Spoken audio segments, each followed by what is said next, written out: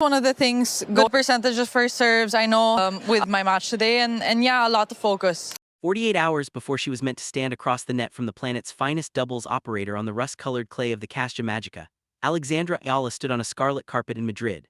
She wore a dress born in Manila, finished over 2 rotations of the Earth, then carried across saltwater by her mother's brother. Same dirt, same city, same opponent who in their last meeting took the middle set in roughly 1,440 ticks of a clock. 2 verified facts lie next to each other, yet refuse to make a single believable story. A 20-year-old who appended to her dazzling red carpet photos the words "endlessly thankful to be part of such a special night," collecting 48,000 digital affirmations in under 2 days, now prepares to meet the woman who once handed her a 6-0 bagel on a tennis court. It's getting better every year. I'm a better player this year now. What happened when the Scarlet Runner crossed the rust-colored clay? That is the actual subject here. The dress I wore to the 2026 Laureus World Sports Awards at Palacio de Cibeles was a Filipiniana, the formal traditional garment of the Philippines. Her uncle, designer Eala, conceived and sent it in roughly 48 hours. It's getting better every year. I'm a better player this year now. And she wore that dress into a room containing Novak Djokovic, Arina Sabalenka, Simone Biles, Eliud Kipchoge, and Nadia Comaneci. I felt like a princess, she said afterward. Nadia Comaneci's Lifetime Award speech, I was so touched. 20 hours later, she was on a clay court at the Castilla Magica, dismissing qualifier Anastasia Pavlyuchenkova 6-3, and addressing the Madrid crowd in Castilian Spanish. The thread connecting those 2 moments is not an accident. It is a portrait of the kind of competitor Alexandra Eala has become, and it points without deviation toward the match scheduled for April 24th. To understand what Eala is walking into, you have to grasp who Elise Mertens truly is right now, because the ranking gap of number 44 versus number 21 does not even begin to tell the full story. Mertens took the 2026 Australian Open doubles crown in January alongside Zhang Shuai. She's the current world number 1 in doubles. She owns 6 Grand Slam doubles titles and a career-high singles ranking of number 12. She arrived in Madrid as the 19th seed with a first-round bye, a 12-7 singles record in 2026, and a clay court career ledger of 69 wins against 41 losses, a 62.7% winning rate built on placement returns and a return game that punishes any hesitation inside the service box. She's not a player in decline. She is a player at a very specific, dangerous kind of peak. And the history between these two is not neutral. On October 17, 2023 at the Jasmine Open in Monastir, Mertens beat Eala 7-5, 6-0. Eala won just 9 of 32 second serve points. The middle set lasted roughly 24 minutes. Eala was ranked around number 200 at the time, and the scoreline reflected every one of those 200 slots. It is worth noting briefly that Mertens' week in Stuttgart was not flawless. She built a 6-1, 2-0 lead over 7th seed Karolina Muchova, only to watch Muchova take 12 of the next 13 games and claim the match. Mertens has a vulnerability when the pressure turns, but she also showed in that same Stuttgart match that she can dominate a top 10 opponent in the opening phase. And that is precisely the kind of start Eala cannot afford to give up, because the 2023 head-to-head did not merely end 7-5, 6-0. In the first set, Eala genuinely competed. She saved set points in the 12th game before Mertens broke through. Then the second set happened. The question before April 24th is whether the player who saved those set points in 2023 has turned into someone who never loses the second set at all. Start with what happened on April 22nd because it matters more than the scoreline suggests. Eala beat Pavlyuchenkova 6-3, 6-3, and the number that defines that win is 76. 76% of first serve points won. She saved 5 of 6 break points. She broke serve twice in each set. That 76% figure is the directly documented answer to the question that Greg Rusedski, Andrea Petkovic, and Martina Navratilova have each separately identified as Eala's primary developmental hurdle, the serve. In their only previous meeting, Eala won 52% of first serve points against Mertens, who ranks among the most clinical returners currently operating on the WTA Tour. The serve was the weapon then. The serve was the weapon on April 22nd as well. The difference is what that weapon now looks like. That transformation did not happen in a vacuum. In the weeks before the 2026 season began, Eala trained with Rafael Nadal at the Rafa Nadal Academy in Mallorca, a session she described in terms that left no doubt about its physical and psychological intensity. I was really tired after the practice, she said. Rafa's intensity never goes away, and that's one of the things that everyone looks up to him for, his work ethic and intensity. So to be able to feel that firsthand was really great. And when asked specifically about clay Nadal's surface, the surface Eala is now trying to master, she was direct. Anything I can take from Rafa I'll take with pride. I will play on clay in Madrid. I will carry that practice session with me. Now put yourself on April 21st inside the Palacio de Cibeles in Madrid. The room contains the greatest athletes alive.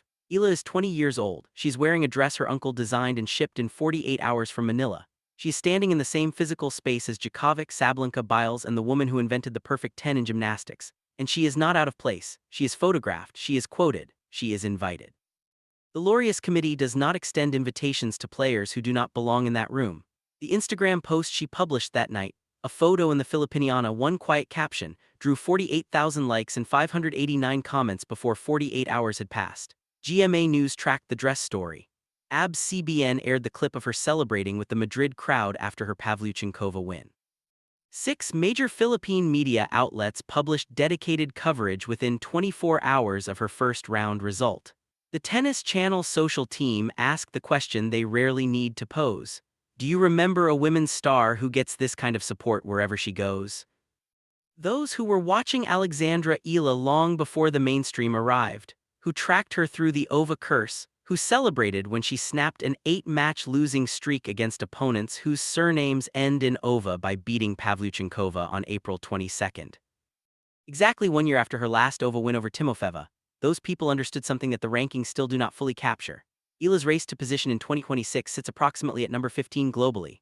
Her WTA singles ranking sits at number 44. That gap between where the ranking puts her and where her actual 2026 results put her is the real measure of what she is doing this season. And the people who saw that first were correct. Consider finally what Eala has done against the level of competition Mertens currently represents since that 6-0 bagel in Monastir. She has beaten Madison Keys when Keys was ranked number 5. She defeated Iga Swiatek twice in the same tournament, Miami 2025, when Swiatek was ranked number 2 at the time. She beat Coco Gauff at number 4 and Jasmine Paolini at number 8. She has 4 career wins over top 10 players. The player Mertens demolished in 24 minutes in 2023 has since accumulated more top 10 wins than most competitors achieve across an entire career. ESPN put it precisely in March 2026. Opponents have had a full year of film to study her patterns. The wide lefty serve on big points, the backhand down the line in transition, the willingness to absorb pace before flipping defense into offense. They have the film, she keeps winning anyway. There is one voice that carries special weight in this particular conversation. Not a commentator's voice, not an analyst's, but the voice of a player who faced Eala in this exact city at this exact tournament on this exact surface and needed 3 sets to walk off the court. Iga Swiatek at the time of their Madrid 2025 match, the reigning world number 2 and defending Madrid champion, a player who has won Roland Garros 4 times. After that match, a match in which Eala took the first set 6-4 before Swiatek recovered 4-6, 6-4, 6-2, Swiatek said this: "I understand that there's hype about these young players, but you have got to be focused on yourself. Parse that carefully." Swiatek did not say Eala was lucky. She did not say the first set was an anomaly. She chose specifically the word hype and then immediately qualified it by acknowledging she had to stay focused on herself. A player who needed 3 sets against someone they considered purely a product of hype does not typically issue that qualifier. Swiatek was using the precise clinical language of a champion admitting that Eala's threat was real enough to demand mental management. That admission came on Madrid clay in the same tournament Eala is playing now, against the same rust-colored dirt where she is scheduled to face Elise Mertens, who, unlike Swiatek, has never had to manage a 3-set match against this version of Alexandra Eala. Here is what this match is mathematically. At Madrid 2025, Eala reached the second round, beating Timofeva then losing to Swiatek 4-6, 6-4, 6-2. That run earned her approximately 35 ranking points. Those 35 points are the ones dropping off her total right now in real time as this narrative unfolds. A second-round exit in 2026 earns 30 points, a net loss of 5 before the French Open clay swing has even reached Rome. A round of 32 finish, which requires defeating Mertens, earns 50 points, a net gain of 15. Eala currently sits at number 44. She reached her career peak of number 29 on March 16, 2026. To be seated at Roland Garros, she needs to get to approximately number 32. The road from 44 to 32 runs directly through Elise Mertens on April 24th. This is the architecture behind the red carpet and the clay. Eala has already entered the Rome Open from May 5th through the 17th, and the Parma Ladies Open on clay in May. A structured, deliberate clay campaign that tells you exactly what the coaching team around Joan Bosch, clay season edition Sandro Vani, is planning. Madrid is not an isolated event. It is the opening chapter of a French Open seeding campaign. Beat Mertens and the chapter opens with momentum. Lose to Mertens and Eala arrives in Rome already behind the mathematical pace she needs. Every Filipino watching, from Madrid, from Manila, from every city on the planet where the diaspora followed that red carpet moment, and watched the video of her addressing the crowd in Spanish after beating Pavlyuchenkova. They are watching a player fight not merely for a win, but for a structural foothold on the surface that will define whether 2026 is the year she becomes a genuine clay court threat.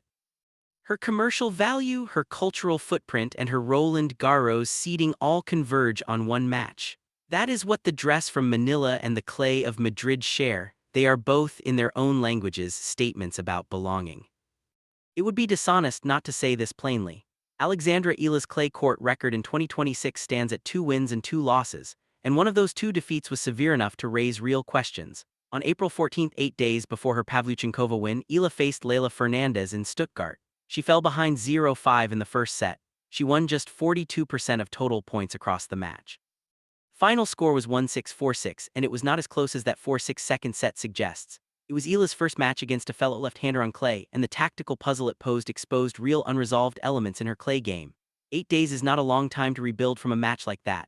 The Pavlyuchenkova win in Madrid's first round was encouraging. The serve percentages were encouraging. The break point conversion was encouraging. But Pavlyuchenkova is not Mertens. Mertens's return game is specifically calibrated to exploit exactly the kind of second serve vulnerability that produced 9 of 32 second serve points won in their last meeting.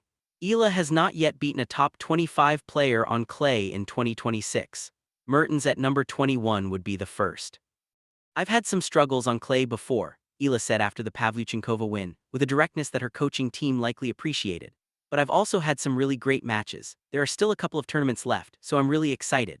That is not a player performing confidence for the cameras. That is a player who is trained under the intensity of Rafael Nadal on this very surface, and is choosing deliberately to walk toward the difficulty rather than around it. "One drop of water can create waves," she has said. "I'm just trying to do my best, fight until the end." The question of whether the valley lies behind her or still ahead of her, that is what April 24th is for. Pull back and look at the full picture now. A 20-year-old who was receiving bagels in 24 minutes when she was ranked number 200th, who won just 9 of 32 second serve points in Monastir in 2023.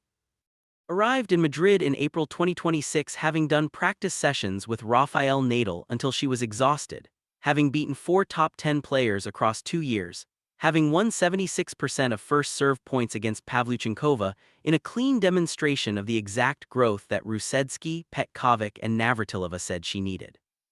And she did all of this while wearing her nation's formal dress to the most prestigious sports awards ceremony on the continent, in a room with Djokovic, Biles, and Kominsai, and then walking out the next morning and winning a professional tennis match.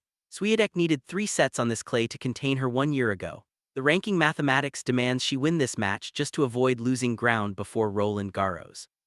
And the opponent across the net is the woman who, in their only prior meeting, made the second set disappear in 24 minutes. That is what shocks the world truly means. It is not about the scoreline of any single match. It is about the convergence of everything. A 6-0 bagel on her record, a 1-6 first set loss in Stuttgart just 8 days before this match, a 15-spot ranking slide in 5 weeks, a clay court record of 2 wins and 2 losses, and an opponent who is the current world number 1 in doubles, a 6-time Grand Slam champion and a player who went up 6-1, 2-0 on a top 10 player mere days ago.